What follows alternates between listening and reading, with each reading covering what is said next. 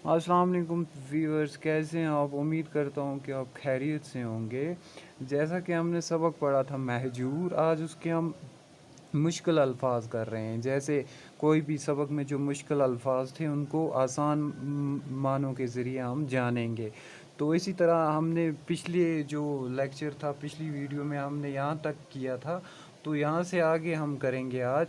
जैसा कि हमने सबक में देखा था, हमें वहाँ पे लफ्ज़ आया था सफ़रनामा। सफ़रनामा का क्या मतलब होता है? क्या हम इसे आसान लफ्ज़ों में अगर देखेंगे, इसको हम सफ़रनामे का मतलब होता है वो तहरीर जिसमें किसी सफ़र का हाल बयान किया गया हो, यानी वो तारीर जिसमें सफ़र के बारे में लिखा गया हो, यानी सफ़र के बारे में तहरीर की गई हो, उसे हम सफ़रनामा कहते हैं।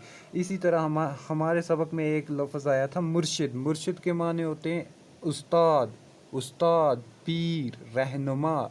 जो कोई भी रहनुमाई करे उसे हम मुर्शिद भी कह सकते हैं।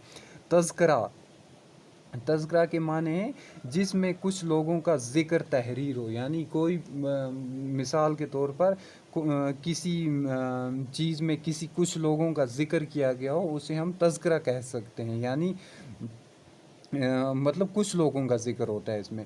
तसनीफ़, तसनीफ़ की जमा यानी किताबें, मतलब एक किताब को हम तसनीफ़ बोल सकते हैं। तो अगर एक से ज़्यादा किताबें होंगी उसे हम तसानीफ़ बोलेंगे।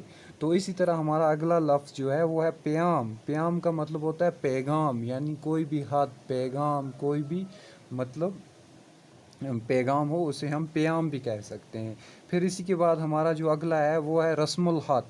रस्मुल ख़त के मायने हैं लिखने का तरीका, यानी किसी भी, जैसे हम ख़त लिखते हैं उसके लिखने का तरीका, कोई हम नज़म लिखते हैं उसके लिखने का तरीका, उसे हम रस्मुल ख़त कहते हैं। यानी किसी ज़बान को लिखने का ढंग, यानी किसी भी ज़बान को लिखने के ढंग को हम रस्मुल ख़त भी कहते हैं। तो इसी के बाद जो हमारा अगला लफ्ज़ है वो है मुताला करना। मुताला करना होता है मतलब स्टडी करना, पढ़ना, किसी भी चीज़ के बारे में पढ़ना, उसे हम मुताला कहते हैं। तो इससे आगे हमारा जो है वो है वाबस्ता होना। यानी वाबस्ता होना से क्या मुराद है? वाबस्ता होना मतलब है साथ होना, यानी जब कोई साथ में हो हम उसे वाबस्ता होना भी कह सकते हैं। जैसे साथ होना, ताल्लुक़ रखना।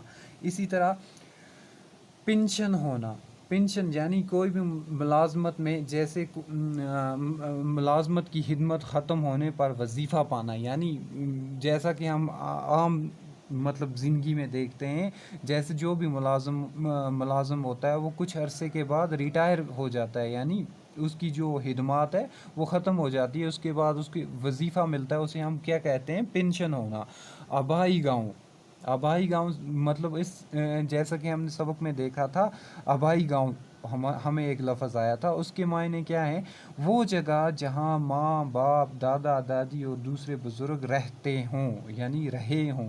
यानी मतलब आबाई आबाई गांव हम उसे कहते हैं जहां पर हमारा जन्म हुआ हो, हमारा जन्म ना भी हुआ हो, जहां से हमारे माँ बाप, दादा दादी ताल्लुक़ रखते हैं, उसे हम आबाई गांव कहते हैं। तो इसी तरह हम आज यहीं तक पढ़ेंगे। उम्मीद करता हूँ कि आपने अच्छे से समझा होगा। तो आने वाले जो लेक्चर्स हैं उनमें हम इसके जो सवालात हैं वो भी डिस्कस करेंगे, और इसके जो बाकी बचे हुए मुश्किल अल्फाज हैं वो भी डिस्कस करेंगे। बाकी वस्सलाम, खुदा हाफिज़।